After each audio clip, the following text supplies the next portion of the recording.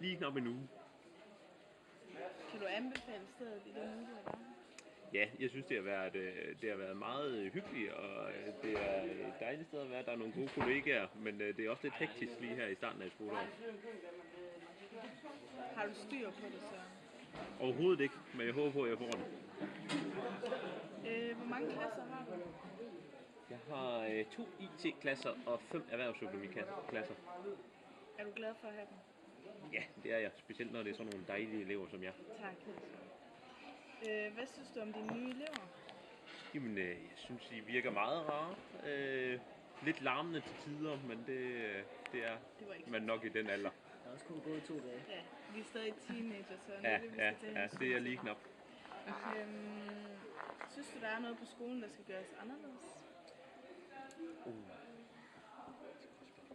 Jeg har ikke fundet noget endnu, men jeg skal nok finde på et eller andet. Okay, det ser vi frem til så.